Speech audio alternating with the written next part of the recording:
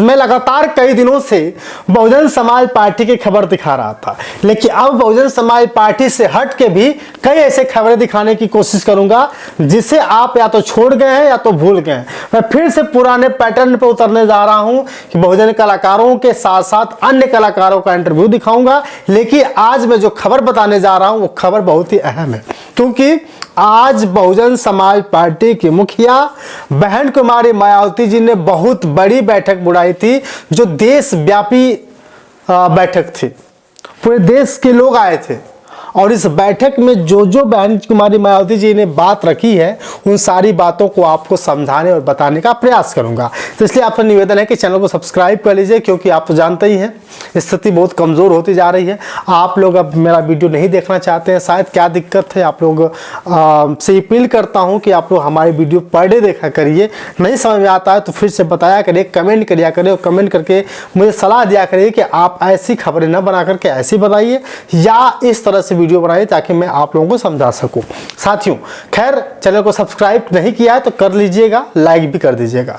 और बहुजन समाज पार्टी ने आज जिस तरह से बैठक बुलाई थी, इस बैठक को देखते हुए पूरे देश भर में एक चर्चा का विषय बन गया कि एक तरफ मनरेगा खत्म होता है, दूसरी तरफ जी राम जी शुरू होता है और बहन कुमारी मायावती जी बैठक बुलाती हैं। क्या स्पष्ट होता है कि क्या बहन कुमारी मायावती जी भी जी राम जी जो विधेयक पास हुआ है, जो बिल पास हुआ है, क्या इसको विरोध में है? साथियों, मैं आपको बता दूं कि सच में बहन कुमारी मायावती जी जो जी राम जी योजना शुरू की गई है उस योजना के पूरी तरह से खिलाफ है। बहन जी चाहती है कि 100 दिन के बजाय 125 दिन काम मिले, 150 दिन काम मिले, 200 दिन काम मिले। इससे मुझे कोई दिक्कत है, यानी उन्हें कोई दिक्कत नहीं है। दिक्कत अगर उन्हें कहीं है, दिक्कत अगर कहीं उन्हें है तो सिर्फ और सिर्फ जो 60% केंद्र सरकार दे रही है और 40% राज्य सरकार के ऊपर थोप रही, यही सबसे बड़ी गलती है। साथियों, आज इसके बारे में बताएंगे। जो SIR करवाया जा रहा है, SIR को लेकर के बहुजन समाज पार्टी एकदम एक्टिव है।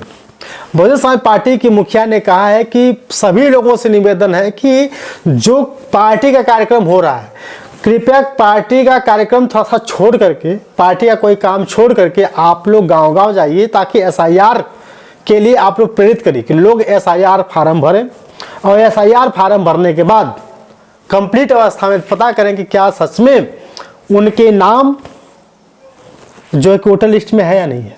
क्योंकि SIR जिनका नहीं कराया जाएगा, कहीं ना कहीं बहुत सारे लोगों का नाम छूट जाएगा। तो इसलिए बहुजन समाज पार्टी की मुखिया ने कहा है कि SIR फार्म भरते वक्त आप लोगों से निवेदन है कि आप लोग जाइए और अपने अपने बूथ पर, अपने अपने गांव में, अपने अपने इलाकों में आप लोग जाइए।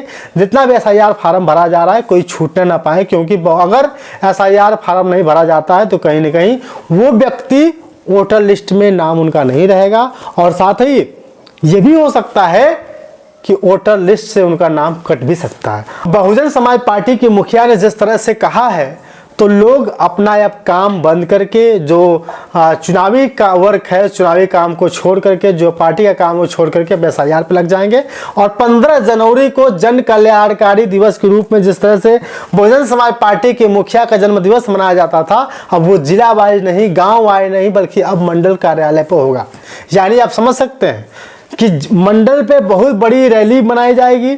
वहाँ जन कल्याणकारी दिवस के रूप में बहन जी की रैली मनाई जाएगी। दूर दराज से लोग चल कर आएंगे और वहाँ पे कोऑर्डिनेटर भी मौजूद रहेंगे।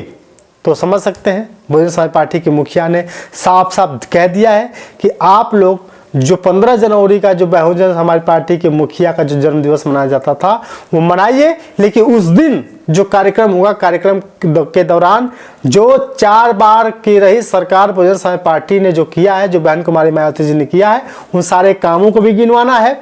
और कामों को गिनवाने के साथ साथ आपको बता दूं कि बहुजन समाज पार्टी की मुखिया ने कह दिया है कि काम को गिनवाने के साथ साथ महापुरुषों के बारे में भी अवगत जरूर कराएंगे।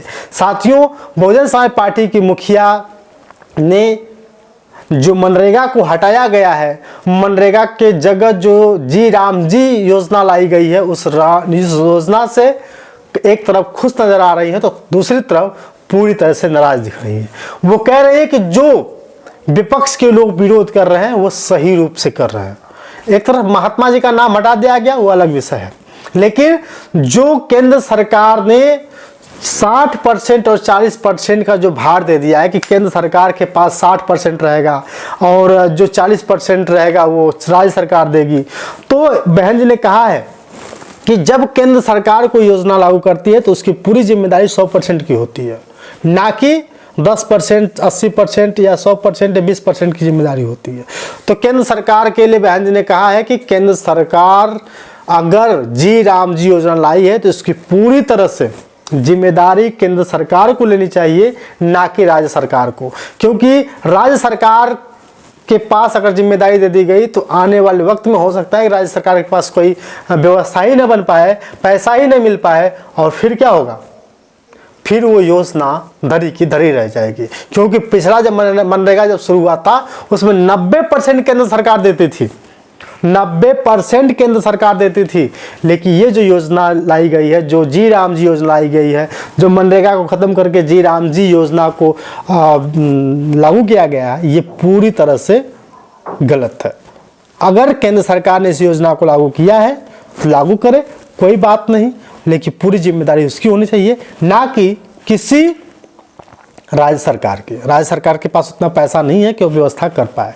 इसलिए बहुजन समाज पार्टी के मुखिया ने पूरी तरह से साफ तौर पर कह दिया है कि हम भी इसका विरोध करते हैं, और राज्य सरकार अगर विरोध करे तब भी सही है। दूसरी बात मेरे प्यारे साथियों, मैं बार बार से कहता रहा हूं कि बहुजन समाज पार्टी की मुखिया पूरी तरह से एक्टिव हो चुकी हैं। अब चुप बैठने वाली नहीं है, जहां कोई भी बात उठती है सबसे पहले इनकी तरफ से आवाज़ उठाती है। तो आपको बता दूं कि मनरेगा के समर्थन में बहन कुमारी मायावती जी फिर से आ चुकी हैं, और साफ साफ इन्होंने कहा है कि जो SIR कराया जा रहा है उन सभी SIR को, जितने भी लोग हैं पार्टी के कार्यकर्ता हैं, पार्टी का काम कुछ दिनों तक रोक करके आप लोग SIR का काम कंप्लीट करें।